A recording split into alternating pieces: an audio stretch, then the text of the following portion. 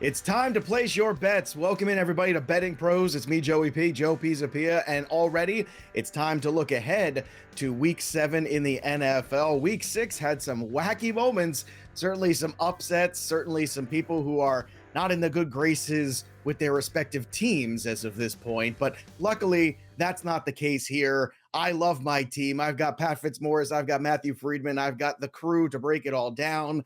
Certainly last week we made some money on the early look ahead, and hopefully we could do that again with my boys today. And don't forget all of our great content going on here over at bettingpros.com. So check that out. Check out the prop bet cheat sheet. And obviously, everything here we do is sponsored by BetMGM, the king of sportsbooks. Everybody knows that. Maybe I'll put on the crown later. We'll see how the show goes. But Pat Fitzmaurice, Matthew Freedman, let's just jump in head first. Let's go right into the pool and look ahead at Thursday Night Football, because goodness knows we need a better Thursday Night Football game. It can't get worse. That's what I told myself last Thursday, and I don't know if I was right or wrong. New Orleans, Arizona, that's what we have this week. Arizona is 2-point favorites at home. The Saints continue to scuffle. Both teams are 2-4. The number is 45. If you like New Orleans on the money line, it's plus 112. So Pat Fitzmaurice, Thursday night has not been great for football. Let's just leave it at that. This game right here, is it great for a betting standpoint when you're looking ahead?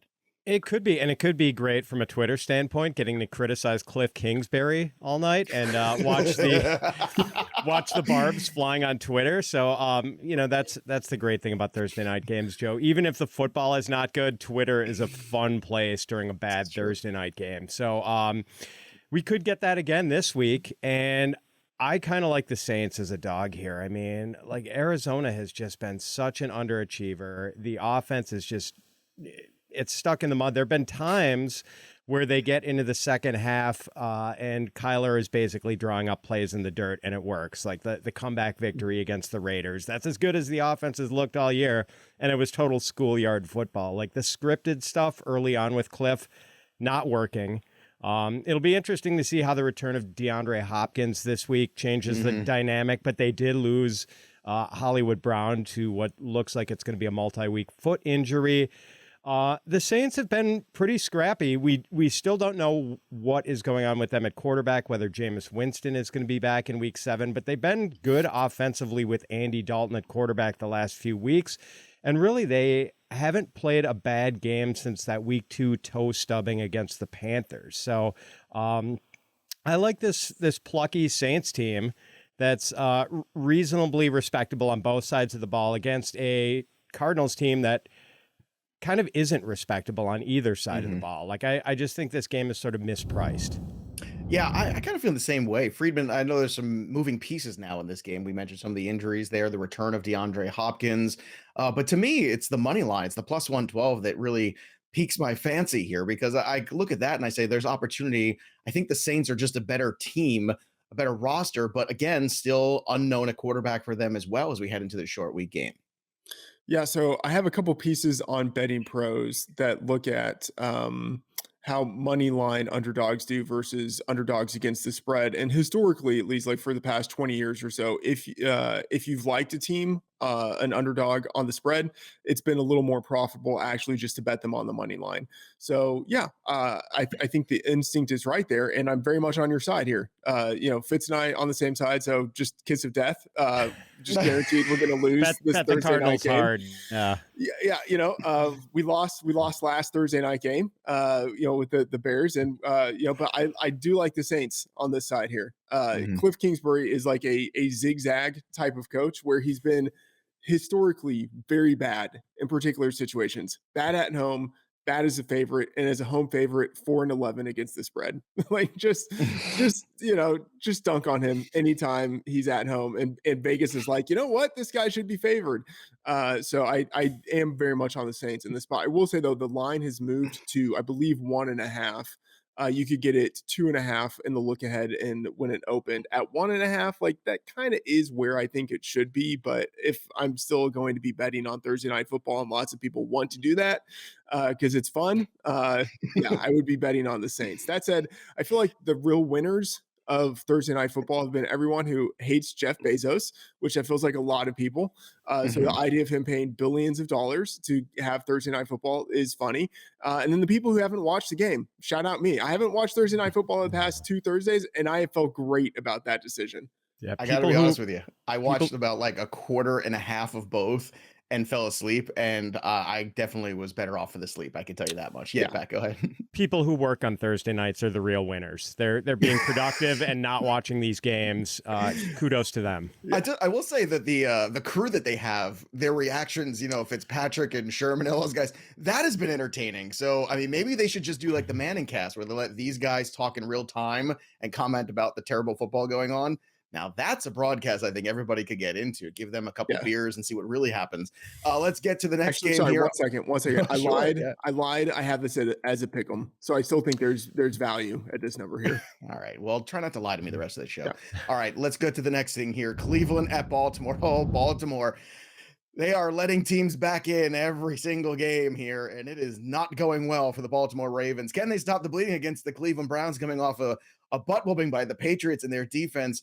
The Cleveland Browns are heading into Baltimore at 6.5-point underdogs. 46.5 is the number, plus 210 if you like the Cleveland Browns on the money line. Freedman, look, Baltimore at home should always be a very strong investment. However, they have struggled at home this year. They did get right last game at home, but then they go on the road to the Giants and lay another egg. So what do you make of the Baltimore Ravens? The 6.5, is there any way you feel comfortable with this number? Yeah, I would grab it before it gets to 7. Because I think it's going in that direction, and it was 6 earlier. So we are already moving in that way. And, I'm a man of few beliefs, but one of the things I do believe in is betting against Kevin Stefanski in division. He's 2-11 against the spread in division, just absolutely horrible against teams who know him. And 0-4 against the spread against the Ravens specifically.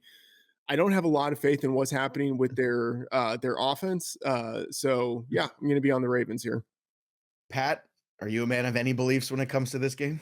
Yeah, I'm totally with Freedman. I was stunned when I saw that this was under the key number of 7 and grabbed it immediately. Like I have this as Ravens 7.5, and the Ravens are one of the teams as a bettor that I respect the most in the NFL, and it's been really weird to see them lose some of these games the way they have, and I'm licking my wounds after betting on them this past week against the Giants. But like at home, their home field advantage means more than some other home field advantages in the NFL, without question.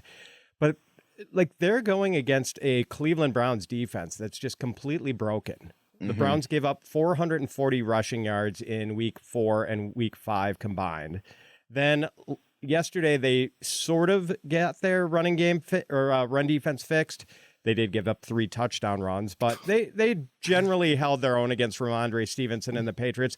But they let Bailey Zappi throw for over 300 yards and average over 9. I will not have Bailey Zappi disparaged on this program. Yeah, I mean, a third stringer, and he averaged 9.1 yards per pass attempt against the Browns, who had just gotten Greedy Williams back at cornerback. So apparently Greedy did not fix anything in the secondary. This Browns defense is just terrible. The Ravens can hurt you in a lot of different ways offensively, and I think they're going to hurt the Browns badly in Baltimore next Sunday. Big time Bailey Zappi. We'll talk about him a little later in the show. Monday Night Football. Let's go. Tampa, Carolina. Carolina did not circle the wagons. I was hoping they would against the Rams. It was close there for a little while, though. I know there's a lot of panic. I could feel the tension in that building in the first quarter, especially after that interception for the touchdown. Oh boy, that really felt like things were starting to turn. But fortunately, Carolina kind of unraveled here. And speaking of unraveling, the Tampa Bay Bucks did not take care of business. All those injuries, Minkah Fitzpatrick out, all those things. They go out there to Pittsburgh and they can't get it done. But despite all that, on the road, they're still 10-point favorites in this game in week 7. 41 is the number. Look, Pat, when you're looking here at Tampa, this is another team at 3-3 that I think has really earned this 500 record. This feels like a smash. It's a double-digit game. Are we going to get the smash that we think? I'm probably just laying off this one. 10 points feels about right. Don't know what to make of the Panthers. Maybe we get a Sam Darnold start next week. Like Sam is due back pretty soon. I don't know what that would do to this number, but it would certainly make for some interesting subplots. Yeah, Tampa has been maybe not quite as disappointing as the Packers, but they've sprung a few leaks themselves. So I don't feel great betting them as a double digits road favorite, but I can't bet the Panthers either. So I'm probably just going to walk away from this game. Panthers fans feel like the kid who gets the crappy toy every time they go to McDonald's in the Happy Meal. No matter what happens, they just look in that box and like, Sam Darnold, Baker Mayfield, PJ Walker, doesn't matter. Everything's just going bad. Matthew Freedman, what do you look at in the box when you look at this game? I feel if you're going to take a side, it's Panthers or nothing. I feel like maybe only two teams, maybe three teams in the NFL should have the luxury of being double-digit favorites. Like the Bills, the Chiefs, maybe the Eagles, but definitely not the Bucs, even if they're going against the worst team in the league. Yeah. And I do think the Panthers are the worst team in the league. They're still divisional opponents, so that adds a layer here. And 10 points is just so much. The thing is, we don't even know who the quarterback is going to be for the Panthers. And I don't know if that even impacts the line at all with how bad all of these guys have played. But I have this at 8.5. That said, I really don't want to bet on the Panthers. So I'm not going to take it. I did bet the under 41. I think that's where there's value here, because the Buccaneers, they are not fully functional, even close to it on offense. They do have a very good defense. And again, for the Panthers, we don't know who their quarterback is going to be, but whoever it is, he's not going to be helping them score a lot of points. So 41 feels like a pretty high number for two teams that are really under peak capacity right now. Yeah, I think that's a really good piece of advice right now, is to look at the under. Another good piece of advice here is to go have some more fun over at Sleeper, because they've got that over-under game that's going on right now, and you can invite your friends and play against them, and chances are you're playing some leagues on Sleeper already. So if you haven't already, check out the over-under game right now. You could choose two or more players from any sport you like, and you could go rushing yards in a football game. You can go points in a basketball game. You can do baseball stuff too. There's all kinds of things you could do. Then you choose the amount of money you want to enter the contest. And if you pick correctly, you can win anywhere from 2 to 20 times your money. And it's fun because you can go get involved with your friends and send them contests and go ahead and build all that together. But you can only do it over at sleeper.app/bettingpros. Again, that's sleeper.app/bettingpros, and use that promo code bettingpros when you sign up, because when you do, you'll get the instant deposit match up to $100. Again, you can download the Sleeper app. It's everywhere. It's easy to get, and go to sleeper.app/bettingpros. Use a promo code bettingpros when you sign up today, and go play some over under, have some fun. Let's see if we can have some fun with this next game on the slate here, because it's the Atlanta Falcons, the David to the Goliath out there. Some of these teams in the NFL, who'd have thought? The Atlanta Falcons, they are still 6-point underdogs, though, going into Cincinnati. Cincinnati's starting to right the ship a little bit, it feels like, in recent weeks after a really rough start to the season. They are 6-point favorites at home. The number is 45.5.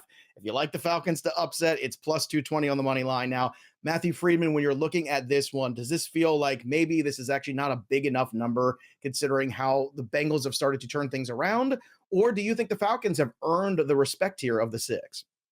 I'm actually impressed with the Falcons, and there is still a 6.5 out there at FanDuel. I'm a little bit angry at myself because, Fitz and I, we project these games before Sunday. And so right. we already have our preliminary projections, and we can compare them to the look ahead line. And the look ahead on this was 7, and I had this at 5.75. And 1.25 points difference. That's not a massive difference, but when the number is on 7, that's pretty significant. And I wish I would have just bet it then, because I still have it at 5.75. The early line was 6.5. Now it's 6 at most books. I should have just bet it earlier, but given that it's at 6 now and I have it at 5.75, I really don't see any value. Pat, how about you? Do you see any value, or are you kind of where Freedman is? No, I'm kind of where Freedman is, and Freedman mentioned that we do the early projections before the previous week's games are played, and this week I had a few games where I was pretty much right with where the numbers wound up being, and that was one of the cases here. I had the Bengals as a 6.5 point favorite and a 45 point total. So I'm with Freedman. If I had seen it, I didn't even notice that 7 point number. If I could have gotten it on that key number, I would have loved the Falcons here. But at 6.5, it just feels right. The Bengals, I think their fans would tell you they have played down to the level of their opponents a little bit this season. So it worries me to have them covering kind of a large number against a team that's been as plucky as the Falcons have been this season. I'm definitely not taking Cincinnati. If you pressed me on this one, I'd play Atlanta, but I'm probably not going to bet this if it stays at 6.5 or goes to 6, as Freedman mentioned it has. Cooper Rush has taken the Dallas Cowboys about as far as he could probably, and it was a heck of an effort, but they came up short against the Eagles. It looks like Dak Prescott is targeting a return this week in week 7. The Cowboys stand at 4-2. They are at home, 7-point favorites against the Lions. We're coming off a bye. Looking their wounds were getting shut out. They should be getting healthy too. Amon-Ra St. Brown, another healthy week ahead of him. Hopefully DeAndre Swift as well. So this number is 47.5. It's plus 240 in the money line if you like the Lions. But Pat, I imagine this is a good opportunity here for Dak Prescott against a pretty weak defense to go ahead and put some numbers on the board. Is that 47.5 and over in your opinion? And should you bet it now? No, I actually like the under here, Joe. And I like that more than either side of this game. I just think Dak maybe having a little bit of rust, and maybe the Lions fix some things on defense during their bye week. I don't know about that. But and then, you know, this Detroit offense going up against Dallas. The Dallas defense has been so impressive this season. You know, like I know the Eagles moved the ball fairly effectively for much of the Sunday night game this past week, but they were not exactly going up and down the field on Dallas. Like this is one of the better That's defenses. a very good unit. We all agree, for sure. So I think it's gonna. I'm not liking the over here very much at all, and I'm inclined to go the other way on it. All right. How about you, Freedman? You're looking at this. Do you think it is all doom and gloom and low scoring here, as Pat's kind of alluding to? Or do you think maybe the defense creates some turnovers and Detroit doesn't have to do all that much to help this over go?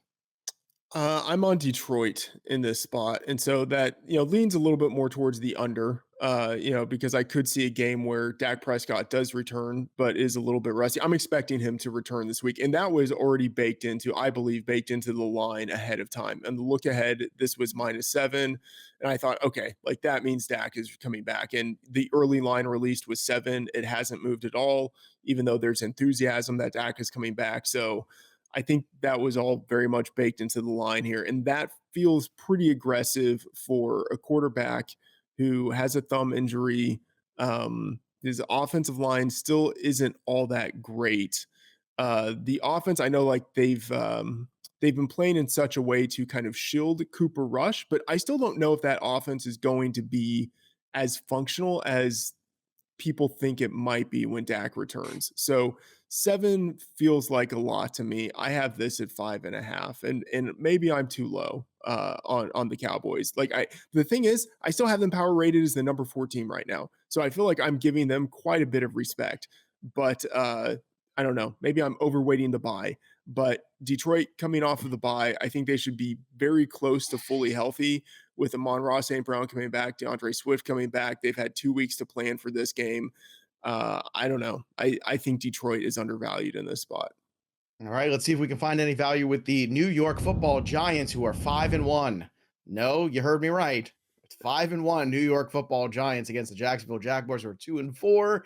The Jacksonville Jaguars, though, still at home, 3-point favorites, regardless of record of these two teams. 42.5 is the number. If you like the Giants to continue their winning ways under Brian Daboll, well, you can get it at plus 118. Now, Matthew Freedman, when you're taking a look at this one, I know it's hard to believe in the Giants, but do you believe in the Giants?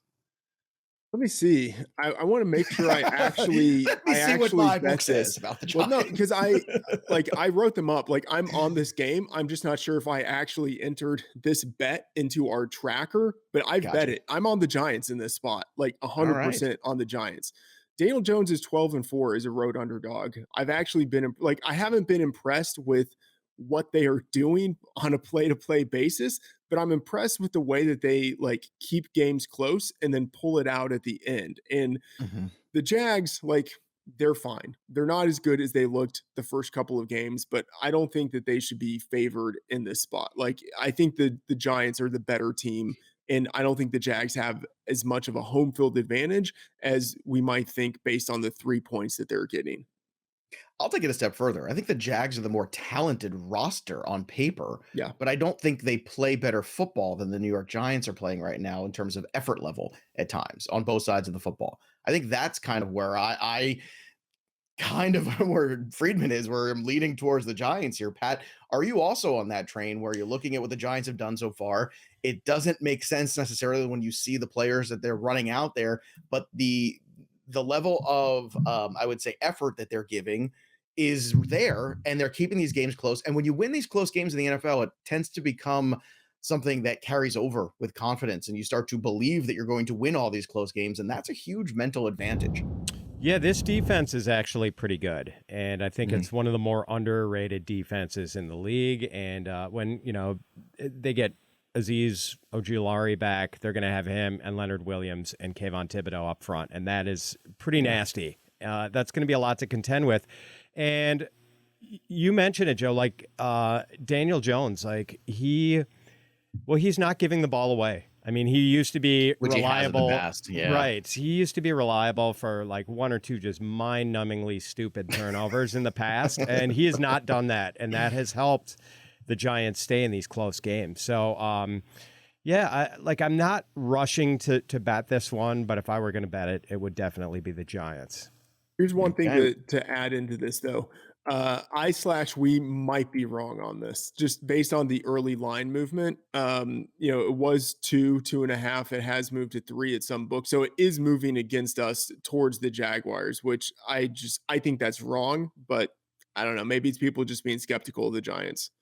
I think they're being skeptical of the Giants because I think you look at the roster and you look at the comparison and you see the same thing I just laid out, which is there's more talent, there's more offensive explosiveness besides Saquon Barkley. It's hard to get excited about the Giants offense, let's be honest. But as long as Barkley run the ball and play defense, right? At the end of the day, that simple formula of football still works in the regular season. It doesn't work necessarily in the playoffs nowadays in this version of the NFL, but regular season, that stuff travels, especially that travels defense and running the football. Let's go to the Colts. 3-2-1. That's the record for the Colts. They are 2.5-point underdogs heading to Tennessee for another rematch. Last time these two teams met, Tennessee got the better of Indianapolis in their building. Now we're going to see if they can repay the favor. 42.5 is the number. If you like the Colts on the money line, plus 122. So Matt Ryan and the Colts kind of pulled themselves up by the haunches with Deion Jackson, no Jonathan Taylor. They got a W against Jacksonville. Does that momentum carry over here at all for you, Pat Fitzmaurice, in this game against the Tennessee Titans? Oh, man, I feel like you should just skip me, Joe. Like, I cannot get on the right side of the Colts this year. Like, I have no read on what's going on. Every year, everybody has that one team. I could see that the Colts being that for a lot of people.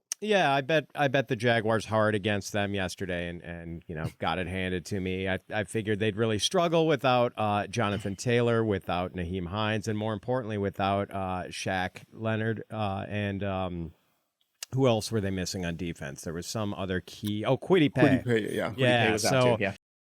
Man, I just I thought they would have a really hard time yesterday, and they were scrappy. Like the passing game has not worked for them. The pass blocking has been terrible. The offensive line's been like shockingly bad. Yeah. And they somehow managed to run 74 offensive plays yesterday and keep the ball in their hands pretty much the entire game. It was a really weird game script. I just nothing the Colts does is kind of the way I think it's going to be this year. Like they've just sort of surprised me at every turn. So I just I don't want to touch any game involving Indianapolis.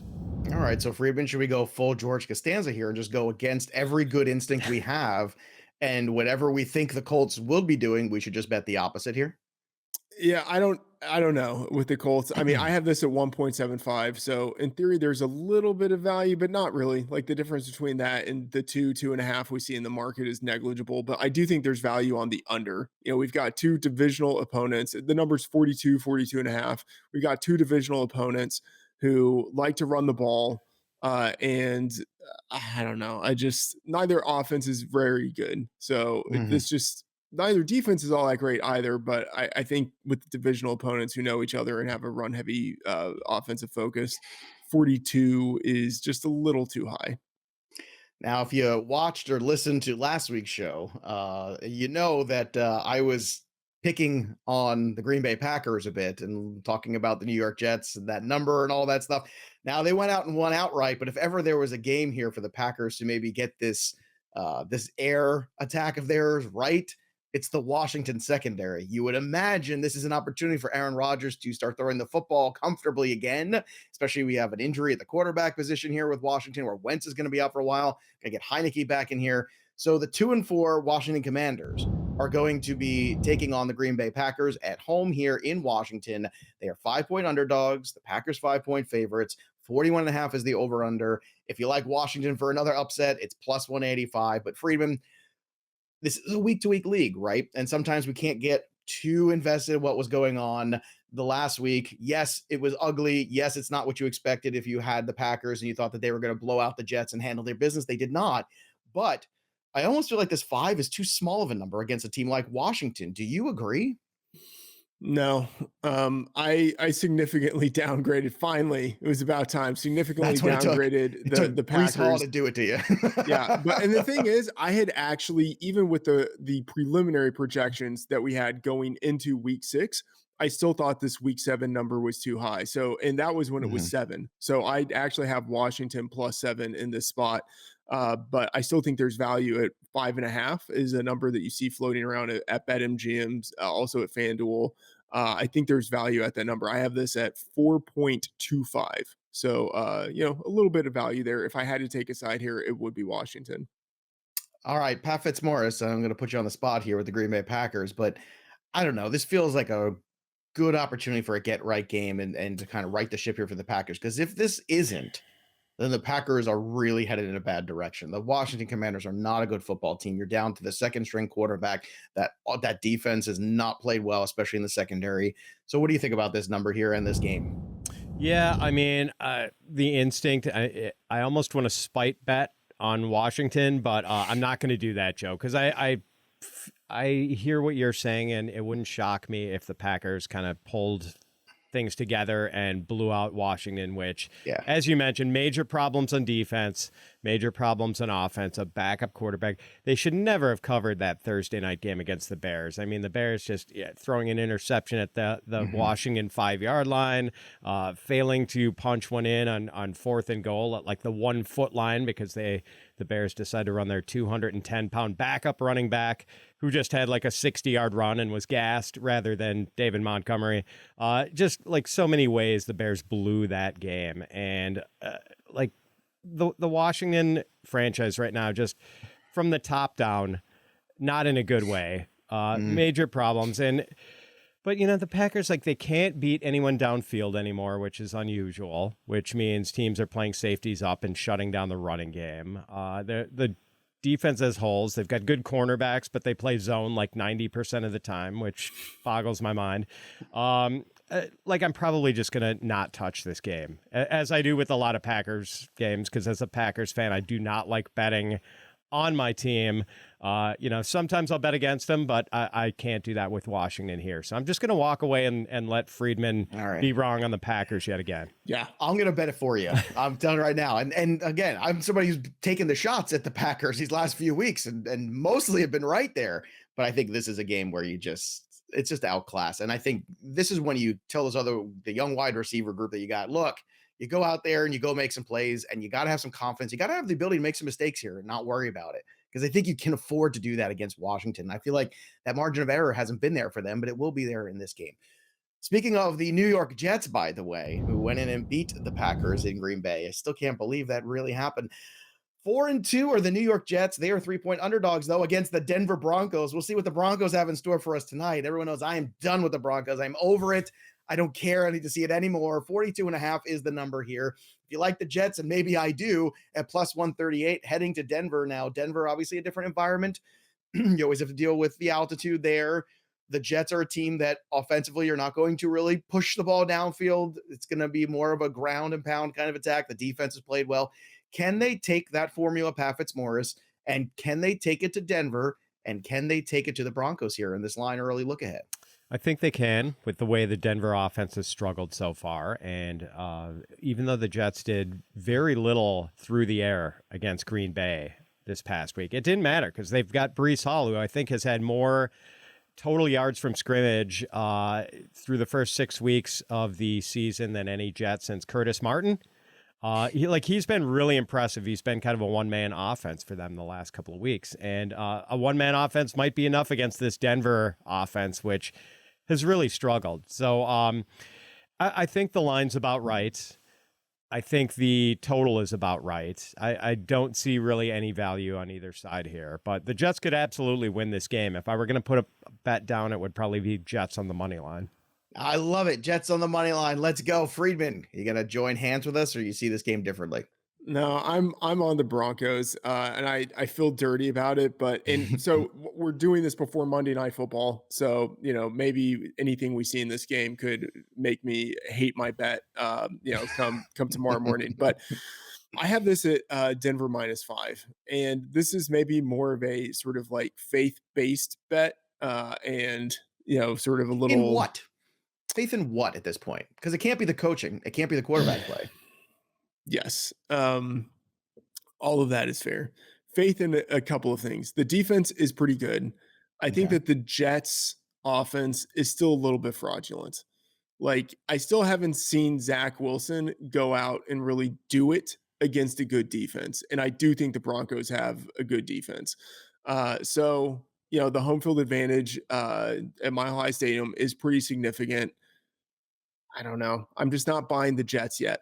Maybe after they go in to Mile High and get the win outright, then I'll have more respect for them. I kind of don't have a lot of respect for them right now. Did you think the Green Bay Packers defense was good coming into the year? Because certainly on paper they were. I did think it was good. It's not good. It's not good.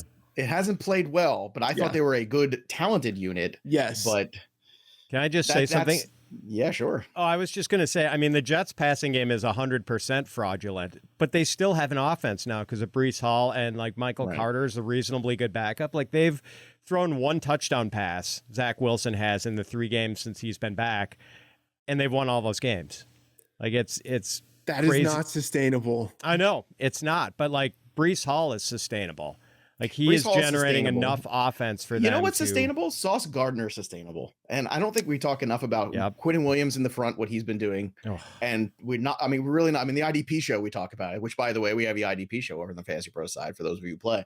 But we were talking about how, difference maker he is. And when you have a shutdown corner, how that allows you to get those cover sacks. It allows you to do a lot more things. And if you could take away Cortland Sutton in this game from the Denver Broncos, that's been the biggest bugaboo for Russell Wilson is finding other receivers. He has this tunnel vision that I've seen all year for one wide receiver on one play. His head does not swivel. His head does not move.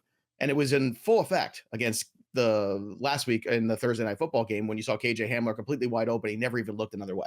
All he saw was Sutton, and all Sutton saw was Stephon Gilmore. And I just don't know when that changes. And until it does, I'm concerned about the Broncos. I'm concerned also about the Las Vegas Raiders at 1-4. They are 7-point favorites here against the Houston Texans, who got their first win and took a week off. They said, go take a week off, everybody. Great job. We'll come back in 2 weeks and we'll play again. 44 is the number, plus 245 on the money line for the Houston Texans, plus minus 300 for the Las Vegas Raiders.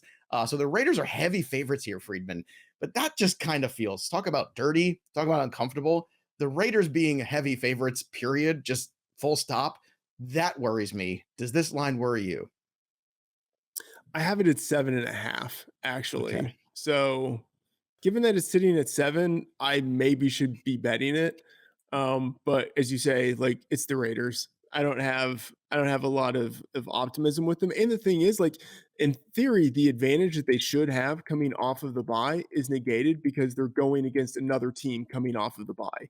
So it's not like what's the point of the bye week? It's just that they have no edge there having rested for 14 days. So I don't know, 7.5, it feels like a little bit too much, and I don't have enough faith in it to bet it. All right. How about you, Pat? When you look at this game with the Raiders, 7 is a pretty big number for a team that's 1-4 and played the way they have, especially on defense. It is, but this is actually the best I've felt about a Raiders defense in a long time. Like, I think this is a fairly respectable, if not like good defense. It's at least respectable. And they are versatile on offense. Like they have really gotten that running game going with Josh Jacobs lately. And certainly Devontae Adams has added a new dimension to their passing attack. It's weird, like Devontae's catch rates and yards per target way down. But man, he gives them a big play dimension that they didn't necessarily have before. So like, I think the number's right, Joe. 7. I think that's exactly right. That's what I'd projected it at. I think there might be a little bit of value in the under here, though, because I do have respect for this Raiders defense, and I still think, the Houston offense is a little undermanned. Like, Dameon Pierce has been good for them, but still not much of a passing game there. So I think the total is maybe a point too high. Yeah, I feel like the Raiders are a team, Pat, that are going to get better as the season goes on. It's just how bad are they in the beginning in terms of record where it doesn't matter. Like, you got to take care of business. Like, you got to beat Houston at home here. This is a very simple game here. You got to take care of your business. Freedman got me on the Raiders under for their season-long win total, and I'm glad they've gotten off to this slow start because, like, this is a team that's maybe a little better than I thought they were going to be. Freedman pointed out some scheduling obstacles they have, how they are actually, set up in kind of a bad way. Maybe the NFL league office still hates Al Davis and doesn't want to give the Raiders any favors with scheduling. But Freedman pointed out that they have kind of a treacherous path this season. So, I'm glad that they've lost some close ones. Otherwise, that might not be looking that great right now. I think it was, what was it, Freedman? 8.5? Yeah. So, I don't know. They're better than I thought they were going to be. Yeah, they're going to be dangerous though if they ever start to put it all together here. And there's a lot of new pieces. Devontae Adams, who had coached. There's some newness there still that still's got to come together. The Los Angeles Chargers 3-2, home favorites by 7 over the Seattle Seahawks, who are a 500 team right now, 3-3. The number for this one is 52. Seattle on the money line is plus 250. Now, Pat, if you like this game for offense, are you over this 52? Probably not going to play the total here, Joe. Okay. If I'm more inclined to play Seattle, which, they've been so unexpectedly proficient on offense this season. And then we actually saw the defense show up in week 6 against the Cardinals. I don't know what to make of the Chargers. I don't think they're as good. After that loss to the Chiefs on Thursday night in week 2, like, I thought the Chargers looked like a Super Bowl caliber team in that game. Like, they, kind of had firepower on both ends. Ever since that game, things have sort of crumbled for them a little bit. And I just don't have the same feeling I had about them. Injuries are part of it, but I don't know. I think a touchdown might be too much in this one. I kind of like the points with Seattle. Are you of the same mind, Freedman? Yeah, I've already bet Seattle plus 7. I will say, though, I have this projected at 54.7, which just feels ridiculous. And I hate that number. And given the under environment that we've seen, like, there's no way I feel like I can bet it. But that is the projection. I mean, Seattle has allowed a ton of points, minus whatever we saw yesterday with the Cardinals, but they've allowed a ton of points this year. The Chargers have been more of an over team as well. So I do have this projected with significant value to the over, but I just kind of want to go in and manually change that projection because I'm not buying it. All right, let's see if we're buying the San Francisco 49ers. They are 3-point home underdogs to the Kansas City Chiefs. The Chiefs come to town after dropping that tough game to the Bills where they had it and lost it at the end. 47 is the number on this one. If you like San Francisco to win, it's plus 135 on the money line. How do you see this one, an early look ahead? Is there any value at all, in your opinion, Freeman, on the Chiefs or San Francisco? Yeah, I have this projected at 2.5, and in the look ahead, it was 1.5. In the early line, it was 2.5, and now it's moved to 3. So, in theory, there's some value on San Francisco here as an underdog. Like, Jimmy Garoppolo as an underdog historically has done well, but it is such an injured San Francisco team right now on both sides of the ball that I don't think you can take them. And if I had to take any side on here, it would be Kansas City. All right. How about you, Pat Fitzmaurice? Do you see it the same way? No, I'm not taking Kansas City anymore. They've hurt me too badly the last 2 weeks. So I'm not going to be on them. And I had this one projected as Kansas City as a 1-point favorite. So I do see some value with the 49ers. But as Freedman said, they've got some injury issues. So I'm not going to bet the early line until we get a little more clarity on some of those injuries. And the total seems about right. But man, I don't love Kansas City going on the road and covering the 3 too, being right on that key number. Like if this moves down, I don't know. Yeah. Do you like San Francisco enough to where you think if it hits 3.5, you're betting it? I would bet them at 3.5. Yes. Yeah. I don't know if this, I'm skeptical this would hit 3.5, but I mean, if you like San Francisco at 1, I think go ahead and take them at 3. Like their injury issues aren't going to get worse. Like that's already baked into the line. And maybe they get better. Like maybe they get Bosa back this week. Maybe they start to get some of their players back. So that might be something to factor into it. Like if you like San Francisco, 3's, I mean, as you say, like they're at home, they're a good team. I don't know if it's going to get better than 3. Yeah, like I don't hold that loss to Atlanta against them that much. I mean, it's a West Coast team going out east, playing an early start game. We often see those teams kind of stumble like that. So I don't know. I feel like that is being held against the 49ers with this line. And I don't consider that like a horrendous loss for the 49ers. I'm sure their fans do, but we see slip ups like that all the time. I think also part of what's going into this line is some maybe like kind of newfound respect for the Chiefs. Cause like people were really on the Bills entering that game and the Chiefs were right there. Like the Chiefs, I wouldn't say that like they lost the game versus the Bills winning it, but like they showed, like, at least in my opinion, like they showed that I was like impressed with both of those teams coming out of that win. That was the Bills also had some more opportunities. Like Isaiah McKenzie had a couple key drops in that game, and I think the Bills could have been the Bills that people were anticipating. There were a couple moments where they didn't take advantage of those opportunities, but the Chiefs, to their credit, didn't lay down. They kept fighting. They were in this game. They had the lead in the last couple minutes of the game. Like everything that you expected from the Chiefs in their peak was there. But I think what showed is that big playmaking ability of Tyreek Hill not being in that offense, it hurts this offense. It hurts their ability in those games against teams like Buffalo. That was lacking for sure. Yeah. I mean, Juju had a couple moments, but maybe if somebody makes the right tackle, we don't have those moments for Juju. Let's get to a game that I think is terribly difficult. I got to tell you, I think this is the most difficult one on the slate. The Miami Dolphins theoretically getting Tua back. We think they are 7-point favorites against the Pittsburgh Steelers, who just won at home against Tom Brady and the Buccaneers. 44.5 is the number. The Steelers are plus 240 on the money line. Freedman, I don't know what to do with this game. What do you make of this one? I have Miami as a 7.75 favorite. So, given that this is at 7, there's, a little bit of value there being able to get it on the key number. And I have bet it at 7. I did bet it on the look ahead because I assumed that Tua would be coming back. I don't know if there's much of a difference between Kenny Pickett and Mitchell Trubisky in terms of like the quarterback situation for the Steelers, to be honest. So I don't know if that factors too much into the number, but I do think that this should be above 7. All right, Pat, do you see it the same way? Not at all. I kind of see it the other way, that like I've got this at Miami by 5. I have a little more respect for Pittsburgh and think, there's some ambiguity at quarterback. Like we don't know if Kenny Pickett is going to be able to play next week. But like I think this offense it's got more teeth than maybe it had at the beginning of the season. And, part of that is renewed life in the passing game. And we saw Chase Claypool kind of spring to life last week.